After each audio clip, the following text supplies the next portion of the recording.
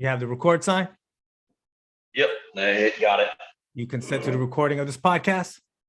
I consent to the whole thing. The whole thing? My safe word is pumpkin. All right. All right, man. Listen, everybody, welcome Jason.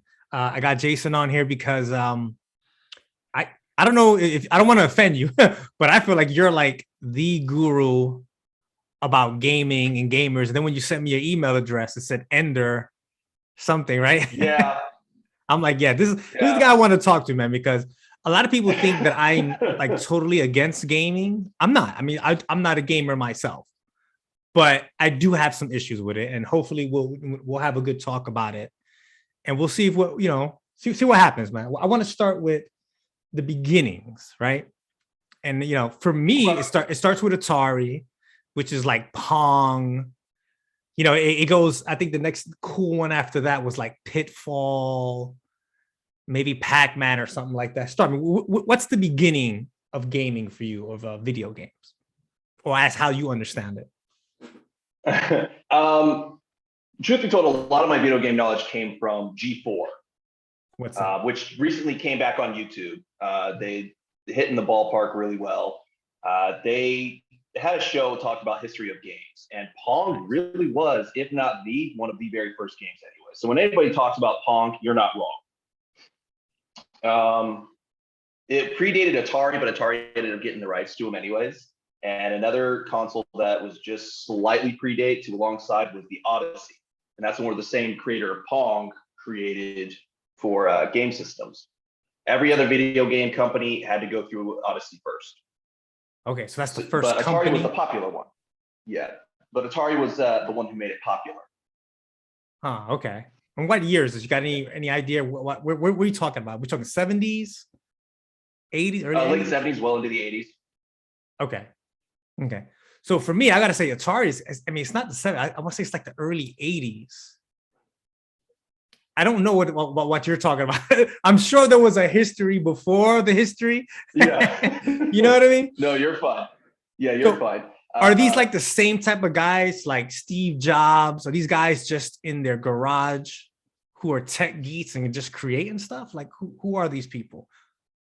Pretty much like the original guy, Ralph Baer, he put together what was called the brown box. And it was literally just a brown cardboard or wood box over a system he just cobbled together, and he got to work on a TV.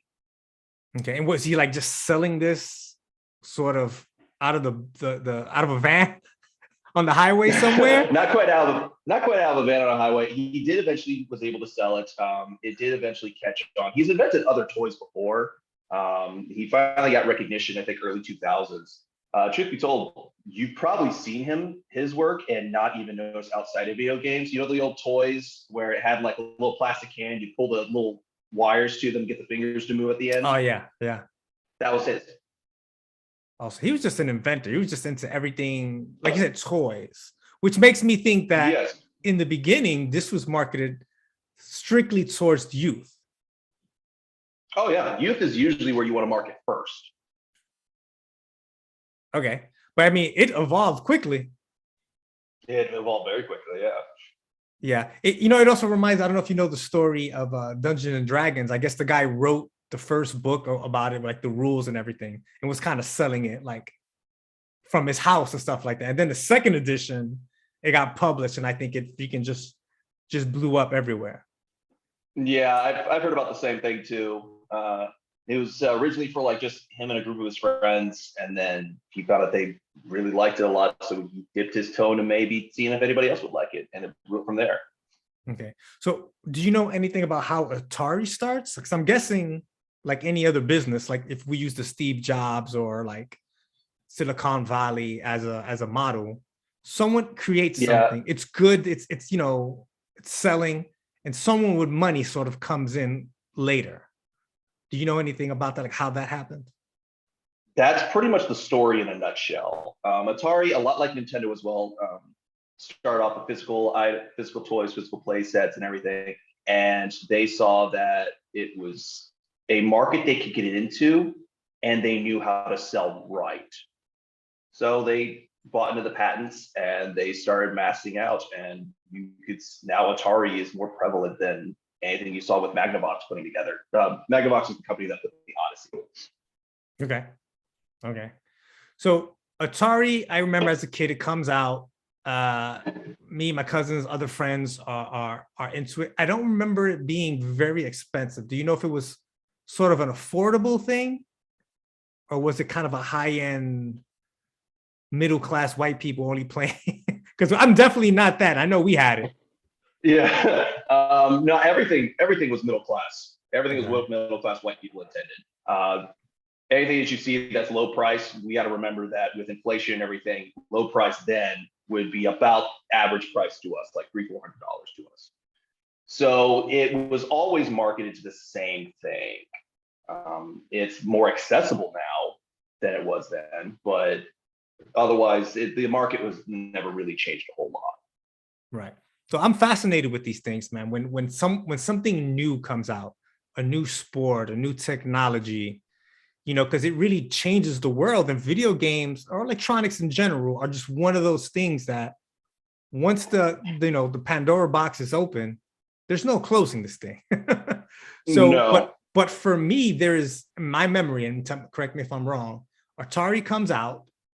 There's this new thing now that wasn't there before, right? We call it video games or whatever that you play at home, right? And this is before computers are really even that common in people's houses. Or at least where I was at.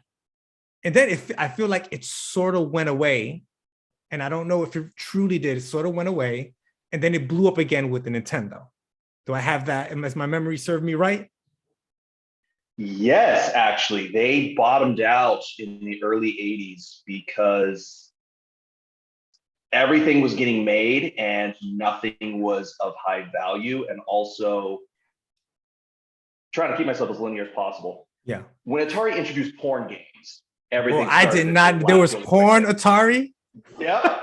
Yep. You can look that up. They came in little leather sleeves of their own, little padlock piece, so that way mommy or daddy and mommy can access it themselves.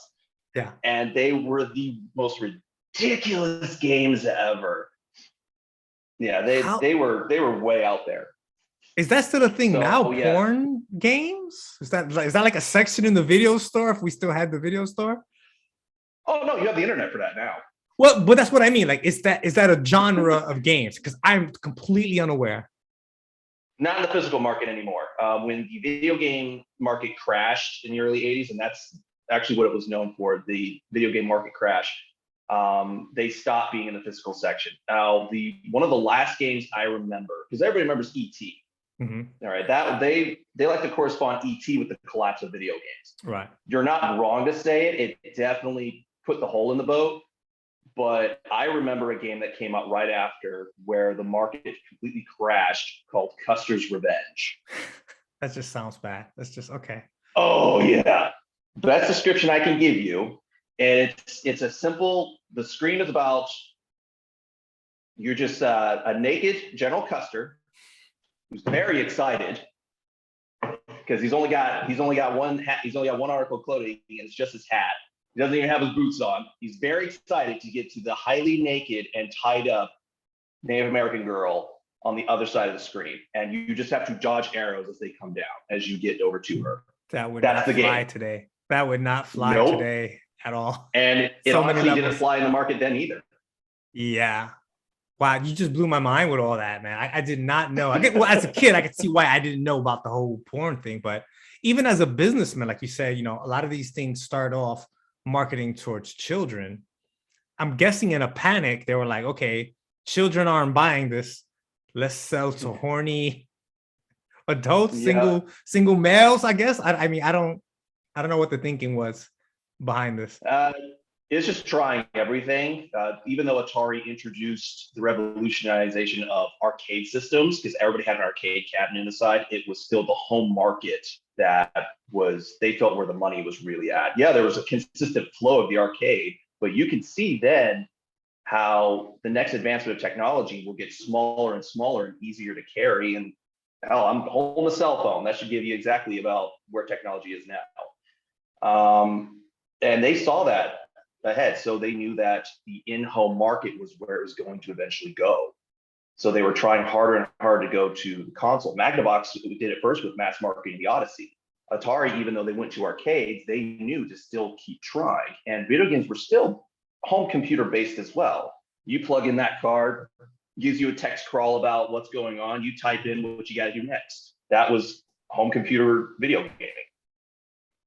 Yeah, I agree with you. But from what in my memory, first the Atari and then the Nintendo, even Sega Genesis, I knew a lot of people who had one of those or a combination of those who did not have a regular computer. Yeah. So to me, this is sort of the dawn of all of this. And like you said, there's a lot of people who had the foresight that the real burgeoning market or the area that we need to strive for is, like you said, some things at home, not people going out to the arcade. Yeah, and Nintendo is really where you want to thank for that. Okay. That's when they call the Nintendo era. When they came and they decided they wanted to move from toys and trading cards. They still have one studio left in Japan that just produces trading cards. Okay. And they decided they wanted to take a crack out of it in Japan called the Family Computer or the Famicom in the early 80s. And it worked. It wasn't the best system. Like the controller was already attached to it and you had like maybe 5 feet out of it. Maybe if you got a good one. And they found out that it was selling really well, and so they decided to push it over to America as a Nintendo Entertainment System. I'm broad stroking a lot because we could be here all day talking about where they went with it. But it pushed as a Nintendo Entertainment System, and they almost single-handedly, along with like Atari trying to push their next console that did okay, but still didn't do what Nintendo did. Nintendo ended up saving the video game market. And all they did was just go back to the basics, sell to the kids. So yes, the kids, I agree with you with that. And, it just looked cooler too. If you compare it to like Atari, like the, graphics and everything. But you mentioned something earlier that I want you to elaborate a little bit on more. You said something about like the quality. Like they tried these games, but they just weren't very good. When you say quality of games, what can you be more specific? Like what exactly are you talking about? And why did the Nintendo work? The best way that I can give is the comparison. You know of the E.T. Atari game. Mm-hmm. The only thing that they tell you about the story is they hope you watch the movie to figure it out because it's not telling you anything. You go around multiple different areas. You try and find the parts to build your phone. That way you can get the ship and then fly away. Game doesn't tell you that. It doesn't hold your hand. There's a dude in a trench coat chasing after you, and every kid knows not to trust that guy. Right. So you and me instantly go running away from that. If you end up getting caught, you're down in a pit, and you have to waste about 100 or 1,000 points to get out of the pit and try and continue. That's the whole story, and it doesn't tell you that. Nintendo introduced not just text on screen, but text on the manual that came with the game, like gives you the basics of the story, give you an idea about the story. And kind of like a board game. When you buy a board game, it has like the instructions or. Yeah, there were moments where sometimes the game books were a little bit better than the games because of how much story that was in there, and you can build on top of that story in the game. Where like Atari, they just swing over the hole. Figure it out, kid. Or the Odyssey, stay away from the square, chasing after your 3 squares. Yeah. And they had a couple of games that tried to, like there was the game called Adventure. Truth be told, the first game that ever had an Easter egg. But even the story that they tried to implement on that was so bare bones. Today, no one would care for it. It's entirely from nostalgia factor that it holds a place that it has in the fantasy and story market. Mm-hmm. But Nintendo started introducing, and more often than not, they would have the text just crawl across the front of the screen or in between levels on the screen and get you ready for the story, get you the mentality of where you got to go with the story. So it seems like you're saying to me that it's story that basically changed video games. Nintendo added the story to it so that people can get into like the background of it. Like if you think about like Lord of the Rings, right? You buy the books, you read it, but then there's like the Silmarillion, whatever that has like all this other background. You know what I mean? It's because I mean I'm into that. I'm into if you can get me hooked on something like a book or a TV series, or let's just say like I remember Zelda playing it and liking it. And then my buddy, who was like this complete geek on video games, who had like the monthly magazine or something like that, and started telling me all about the background, things that I just didn't know. Maybe I just had the cartridge. I didn't have like a book that or anything that came with it. And me just being so enthralled, so like whatever. If I liked it at a 5, I was at a 12 after he told me all the background to it.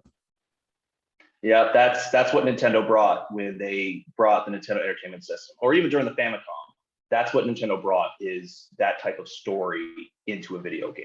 Atari still had a couple of games, but they were like onesies and twosies. And even the Magnavox Odyssey barely even won tons. Like, I believe every 30 games had one that told the bare bones of the story.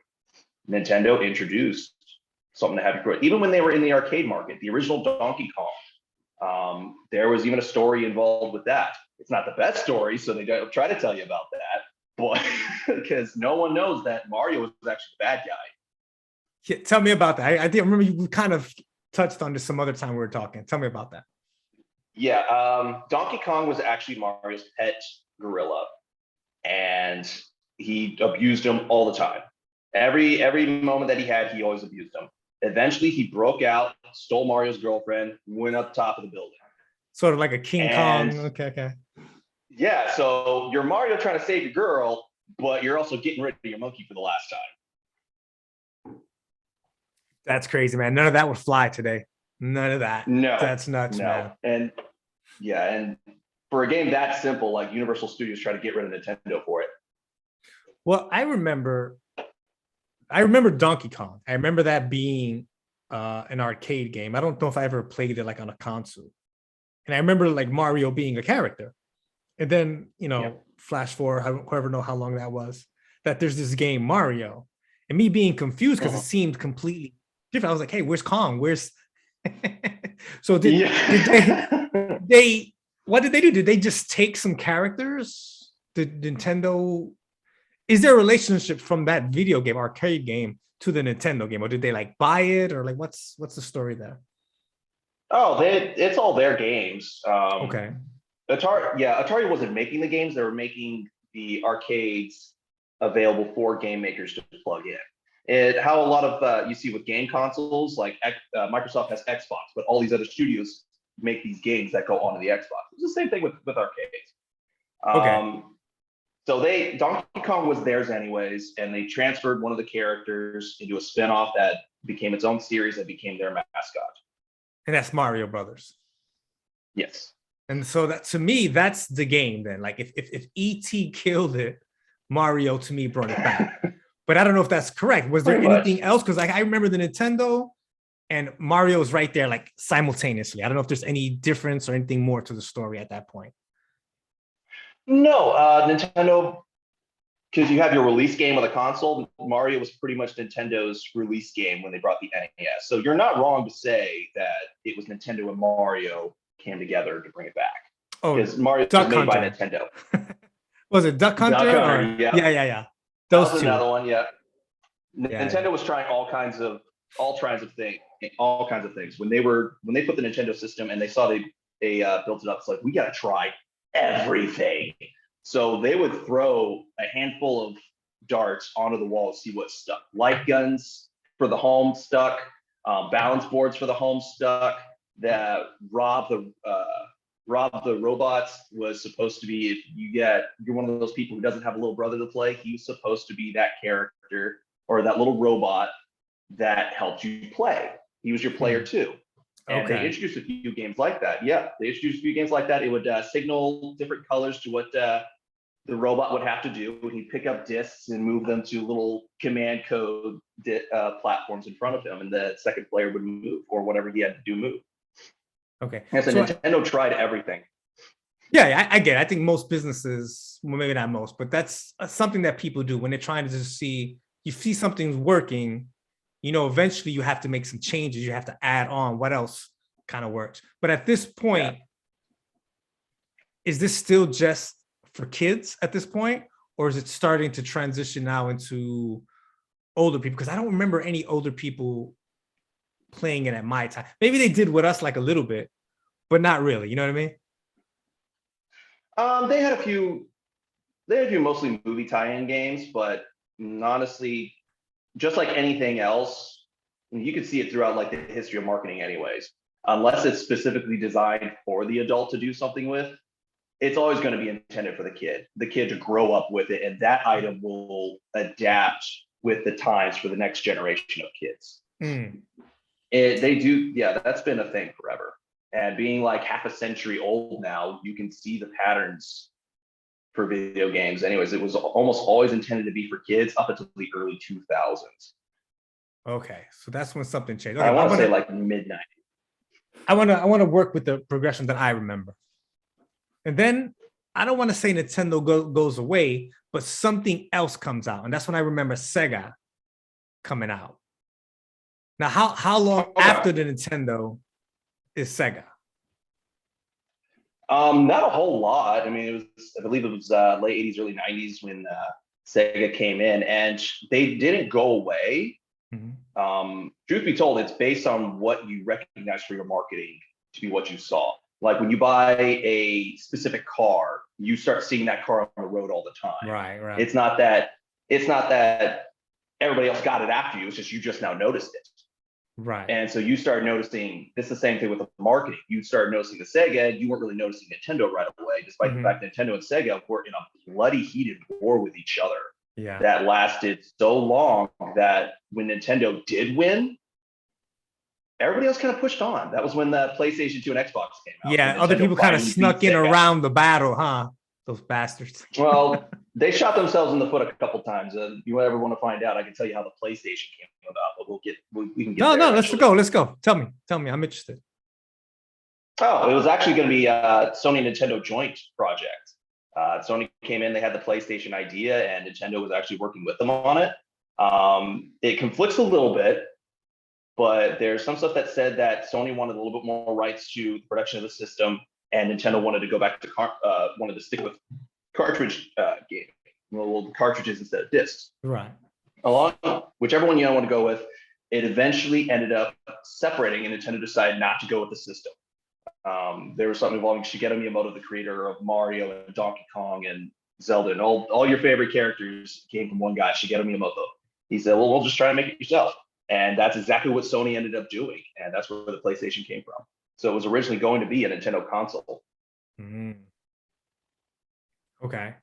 So Sega, the guys have a long war, PlayStation. Then there's this whole evolution, right? Like you said, like I guess around the 2000s, there's like Xbox. There's all kinds of different things nowadays, right? Yes. It started coming up towards the mid 90s, actually. That's when other companies were trying their best. Even Atari was still coming out with game consoles. They had the Atari Jaguar at one point. Oh, that sounds familiar. You don't remember it because it wasn't that great. Yeah, you probably saw it, but yeah. And then they were pushing the handheld market as well. Nintendo was dominating it with the Game Boy. Because yes. They saw just like everybody else saw where it was going to go to the home. Nintendo was seeing where games are going to be starting to be taken with you. Be mobile, right, like the cell phones. Right? Yeah, so they came out first with the Game & Watch, very simple, very basic, and then they ballooned into the Game Boy. And everybody has at least seen a Game Boy at one point in their life growing up. It was actually when the Nintendo DS came out, that was the end of the Game Boy era. So they were around a good 20, I want to say 25 years. And the first 10 of those was just the standard Game Boy, the black and green looking screen. And they had all kinds of accessories for it to keep that little thing going as much as possible. And other handhelds came out, some with full color, like the Sega Gear. It was a big old chunky thing. Pretty much, it practically took your Sega game with you. So there was almost no transition or downgrade quality, but Game Boy was still dominating the market with its simplicity to it. And then they finally came out with the Game Boy Color in the late 90s, early 2000s. And all they did was just transfer from black and green to the actual colors what the games are supposed to be.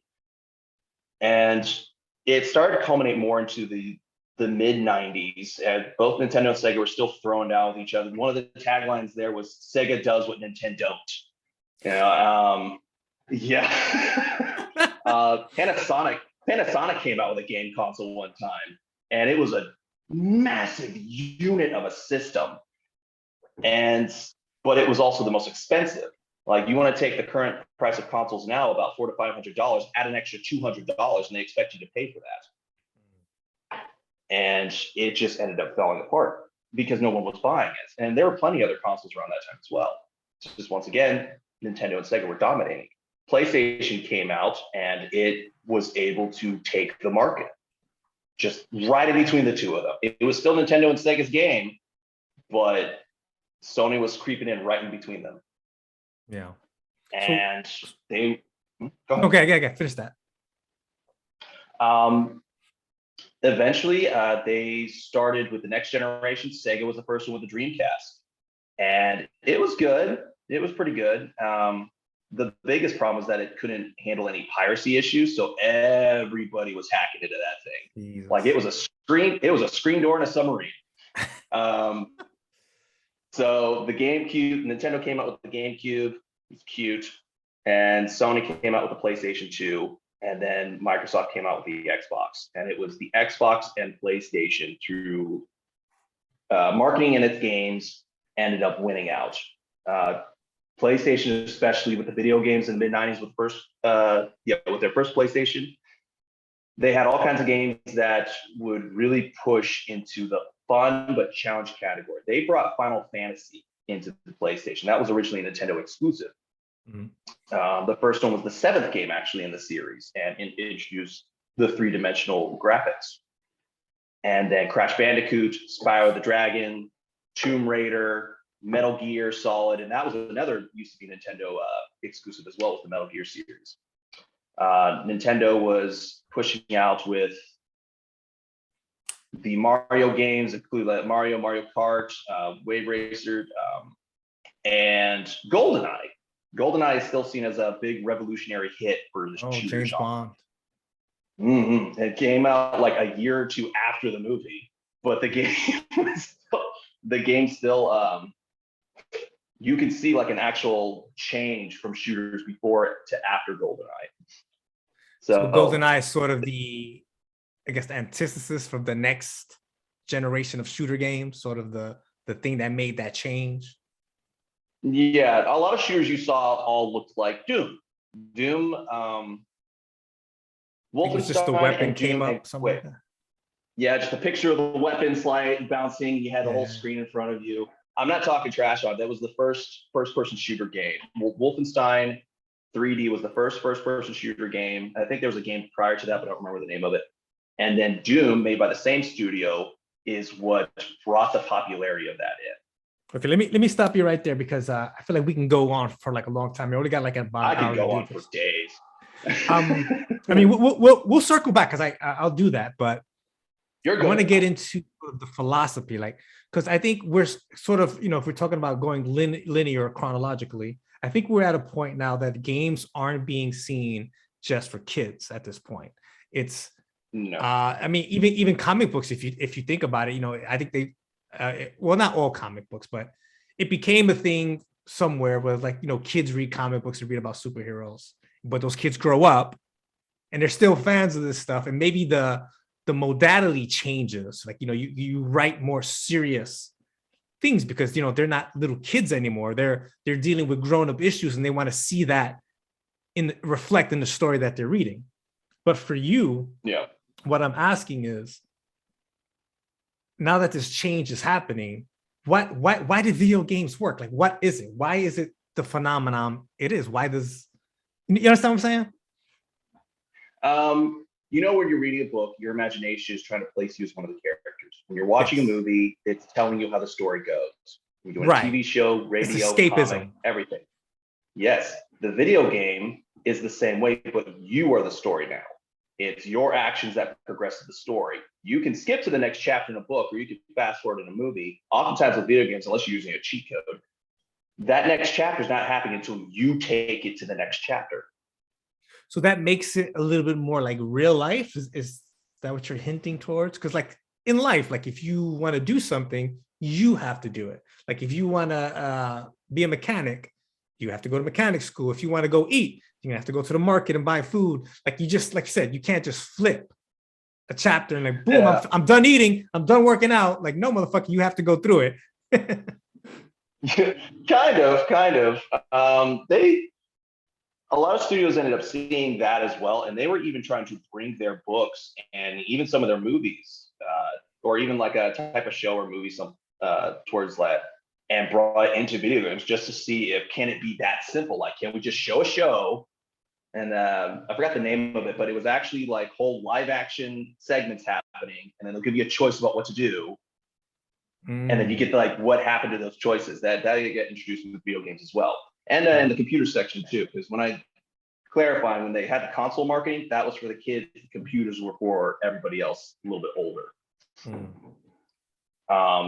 It was until like later on in the 90s when they started realizing that those computer games can translate into the console for older people that just don't want to bother with those or can't bother with those.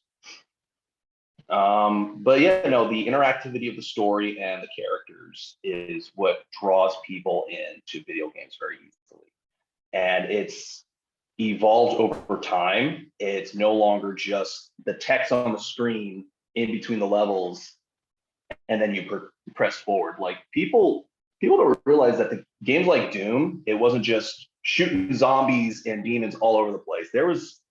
You start reading the story just before the level, and you realize, oh my gosh, a whole group of scientists with corporate trying to make a new type of energy end up opening a portal into hell on Mars, and it just gets crazier from there. Yeah. So escapism, I think when we talk about video games and escapism, there's nothing else like it. I mean, not reading, not playing sports, watching movies. There's nothing else as I use the analogy of being addictive. I say that video games are the new heroin and cell phones are the new cigarettes, because you kind of like pick it up, put it down, pick it up, put it down. Where heroin, you shoot up and you're like gone for like a few hours. But there's a direct correlation to the amount of time spent. Way more time is spent playing video games than reading a book. Or, even if you go back to the past before video games, how much time, there's always been readers. People love to read. How much time on average did the average reader spend? Or the average person who watches movies or whatever, you know what I mean? There's something about this genre that just consumes people. They get lost in it. Reaching back a little bit, the only reason why we're able to pull up how much time people spend in video games versus books and movies is because we have something physical to be able to record with it. We have no idea how much people would waste their time into the books or waste their time into the movies. We have an idea involving the movies. All you have to do is look at ticket sales. But we don't really have that main record. Video games is just the next level in what we consume in mass. It would have been something else entirely. And if there was something that came out that interacted about as well as a video game, but wasn't on a screen or wasn't in an arcade, we'd be just engrossed in that as well. And we very well end up transitioning out of video games into something else later on. People are on their phones more often, playing games on their phones, almost more often than consoles. And PC has become more accessible, and interactivity has become more accessible outside of video games. And we're expected, at some point, it's expected to continue to push forward later on. Whatever we end up resting on will be the next big thing that we will consume in mass. It doesn't really change. We just have something different to change with. There's a picture I like to troll people with sometimes, where it's from an old 1930s or 1940s picture of a 40s or 50s. It's a subway train, so I think 50s. And they were talking about like video games are just consuming everyone's time. No shit, it's just a simple taken photo of an entire row on a subway or train of everybody with their newspapers up. Not one person interacting with each other. Yeah. It's never changed. We have been the same way that we will be from like the past several hundred years into the future. It's just something different to consume. I think you're onto something. I think there's always a a desire to sort of get lost into something. And you know, Yeah. if you think about like people into like meditation, and people always talk about being present. I have an issue with that. What does that mean, being present? Because you could be completely present in a video game, right? You could be completely present in a lot of different ways.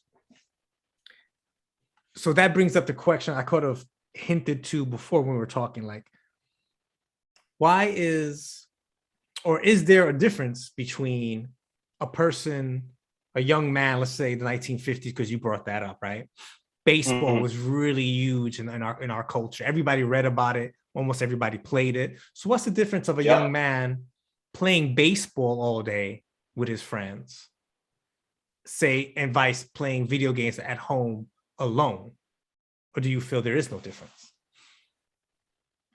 The correlation, if you ask me from like the 90s and the 80s and 90s, I would say the correlation doesn't work the same way. Closer along the lines that you want to say is there a major difference between reading a book for hours and hours versus playing a video game hours and hours? Okay. Nowadays, between playing baseball all day, playing video games all day, the only major difference is how much physical activity, because with video games now, those same friends can just link up with their own systems or their own video games or even over a phone, and they're hanging out with each other in the game together. Sort of virtually. Yeah, and you can have multiple and with customized characters. And I was playing with a friend of mine on video game Halo, and I just have standard drab little green armor. She's got cat ears and like pink with little flames on the side. All right. But that's her. I can look and like, that's her. I can recognize that's her very easily. Compared to being outside, I can also recognize that's her.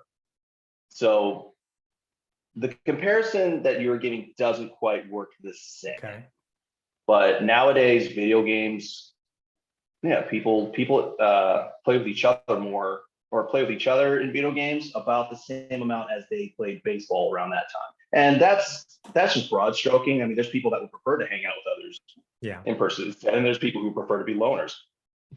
If someone was spending hours and hours playing a video game by themselves, now there's no guarantee he was going to be hanging out with his friends, like 20 or 30 years ago. He'd probably be doing the same thing by himself, only reading or writing or something along those lines. Okay. Do you see any negative to video games and the consumption of it?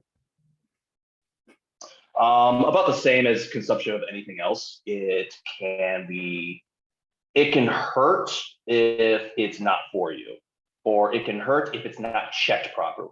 I like Custer's Revenge. All right. If it wasn't checked, if people didn't clamp down on it, you'd be seeing that a lot more often.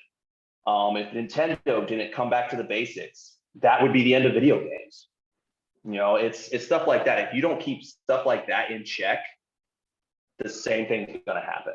So there's always that risk. And then what you market with can also cause problems. But I don't remember which studio. I remember one game studio just sent, just for giggles to their production, a brass knuckle set for that tied in with the marketing for their game. And that looks like a threat to somebody else.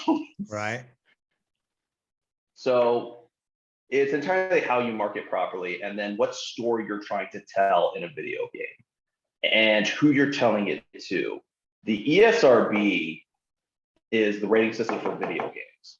That came in relatively later in the video game market than what we should have had. And originally, you would just look at the box, see what it's looking like. It's like, okay, cool. Now, what it's supposed to do is just like you do with movies or TV shows, is check the ratings and then bring your kid to it then. The problem with video games now is these kids can access just about anything and use their parents' card without having their parents find out, or the parents probably just won't care, but you can have history of that as well. And now they're being consumed to something, and they're being shaped by that. Grand Theft Auto being the biggest thing. Yeah. All right. It's not marketed. If you look on the rating, it's definitely not rated E for everyone. Right. But playing it before, like I'll hear a kid on a mic just yammering away as he's running over an old lady with his car. Yeah.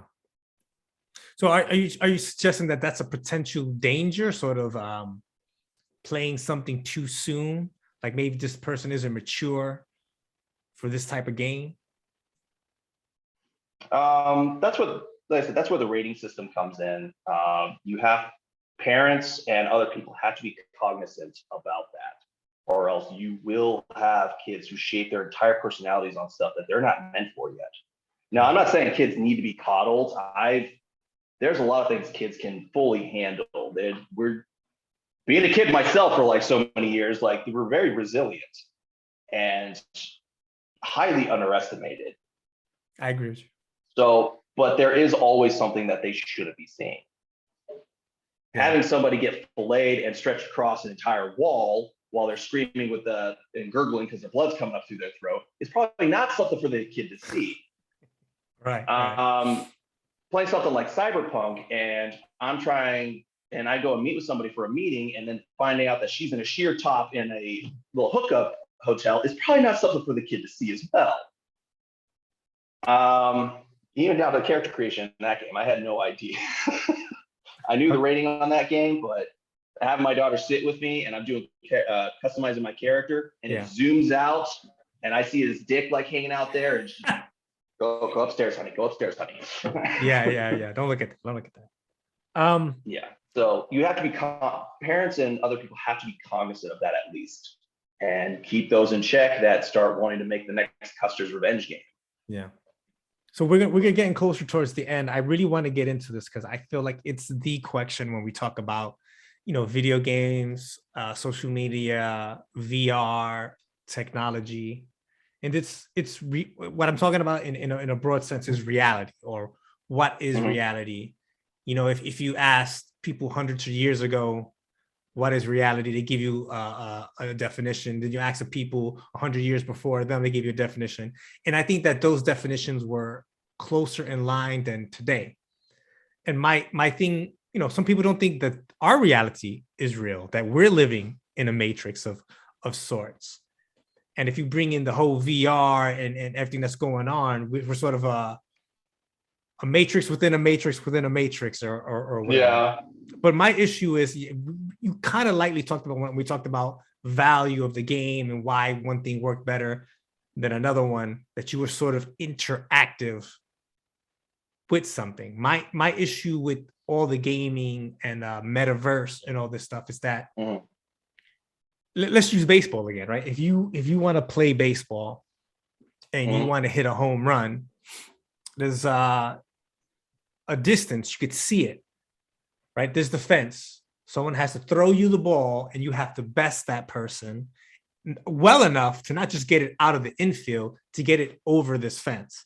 And for some people, no matter how great of a hitter you are, you might not have enough strength to get it over that fence, right? No. But when we talk about video games, you could blindly just click a button and keep swinging, and eventually you will hit that home run. It's sort of a cheat, I feel. You know what I mean? Like, most games are designed for you to eventually, no matter how hard they are, for you to succeed, where in life, it's not like that. Do you understand what I'm trying to say? Yes, it's not much different than a book, like it's the same thing. We have someone reading a book. You can have a story of that character going through the same thing. They're watching all their peers not only hitting the ball, but getting it over the fence. And the entire story is him trying to do the same thing until he eventually does it himself. Right. It's the book, or you have a movie adaptation of that book, and it's the same story. With a video game, you're kind of having the same thing, but instead of having your inner monologue of going to your wife and everything, it's like, I just don't know if I'll be able to hit that button in time and hit the ball. You're having to work that yourself. So it may not be strength required, but it's still skill required. You have to be able to hit that ball. There's effort. There's still effort that it's coming in. Yeah. But do you understand what I'm trying to say though? Like there's not much, I feel, in video games that you cannot accomplish as long as you try. Where in life, there's a lot of things, man, you're just not gonna be able to do. We all like to think that oh wow, we could all do anything. And I think within reason, yeah, that's that's true, but there are limitations to that. And I think my issue or concerns rather with the whole gaming and metaverse and VR is kind of like what you said, your friend, like, you know what? I want to play this game. I want to be a badass soldier, but I want to have cat ears. I mean, in reality, listen, I guess you could staple cat ears to you or have some kind of plastic surgery, but it's a different type of thing. There's no limit to this new thing that we're getting into. And it worries me a little bit. That comes into what you can and can't do anyways. It's just like what you can write or what you can make in a movie. Mm-hmm. A video game doesn't have to have that freedom to be able to have that personalization to it, but the developers choose to. And there's plenty of games where it is just simple, where you'll see the ball coming at any distance, at any speed, and it's straight up to have you put up on the screen. It's like, press A now, and you press it then. The interactivity and the challenge, there's always going to be challenge based on what the creators put together in a video game. If you want like a challenge of people that feel like they just can't beat a game or have that actual challenge in a game that they feel is about the same as life, a studio can make that. And there's some games that just punish you, like the series Dark Souls. It's very punishing, and it comes at you fast. You have a character that can go down and die in 2 hits, and the first enemy you come at will swing 3 hits at you. Wow. So if you're not careful, you immediately die on your very first encounter, and you're having to figure it out yourself. But being able to, and it's not going to hold your hand. Anything that you build up, unless you picked it up at that next life, if you die again before you pick that up, you've lost that forever. So the challenge is there, yeah, and being able to push through, being able to get over that challenge, being able to learn and adapt the hand-eye coordination, which is still regarded in a lot of practice and evaluations as being higher playing video games than you do playing something like sports. Hand-eye coordination is always increased higher playing video games. Okay. And it's always seen in that research. Being able to push through that, being able to get through that, and finally winning, not because the game held your hand, but because you figured it out. And it's not unlike life itself. You figure it out and you push through that obstacle. And if you can't get it, okay. And it's the same thing with that type of video game as well. There's people that have played it, can't get through it. I got another friend, like, can't even get through the first enemy in the game or in Dark Souls. Just can't figure out that combination. And I got one guy, he can play a game like Mario all day long. You put him in a first-person shooter, he's walking off the cliff. Yeah, it's nice. Something for everybody. But do you have any reservations about where we're going in the future with all this stuff? Or are you like, bring it on?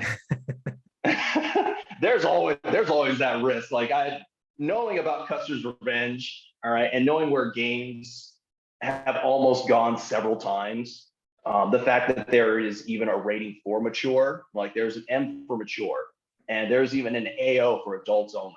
I have played 2 games that are rated adults only.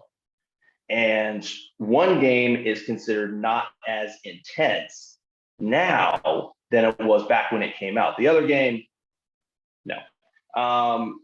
There's always that risk that we're going to pass that marker and no one's going to care. It's just like with movies or books. Like, there's all these kinds of books, and you worry that the next person's going to come out with the anarchist cookbook.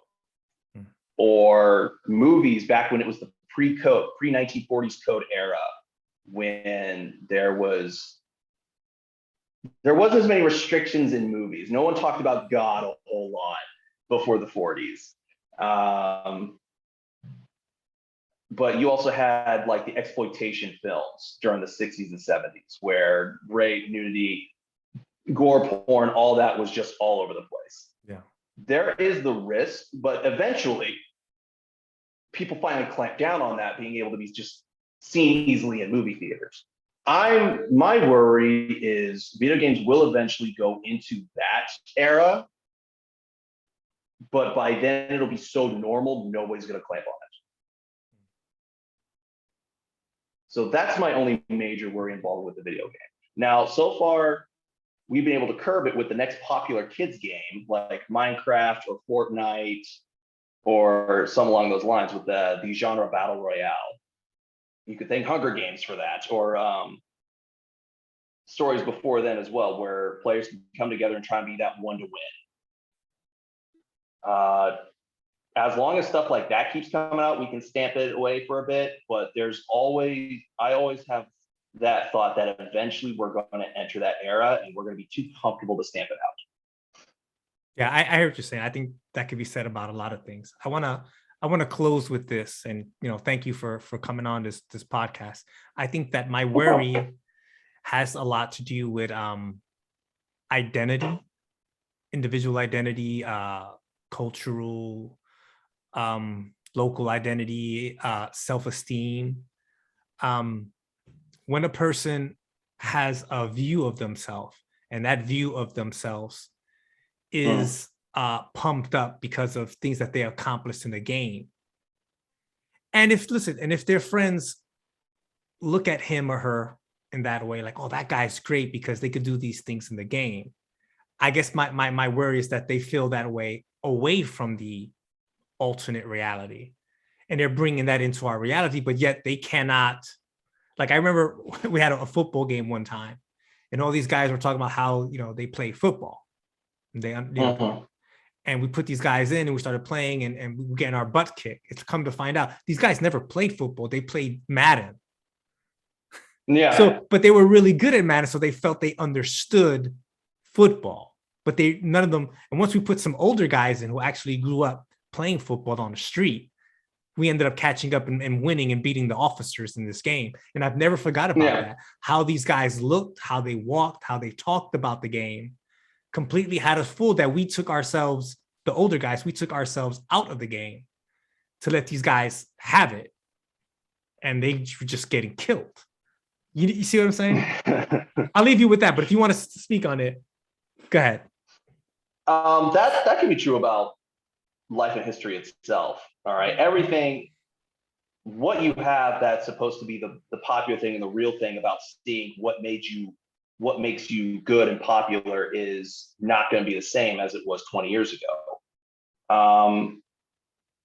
That's been life in general. You can have, oh wow, I could almost lose an entire hour talking about something. We got a few minutes left, man. Yeah. Best comparison I can make is what the public identity is compared to then. Like the nerd 30 years ago is the pioneer today. Right. The one that was getting picked on for doing Dungeons and Dragons was writing Lord of the Rings. Right. Or writing the next fantasy genre that everybody is hooked on. Yeah. Just because,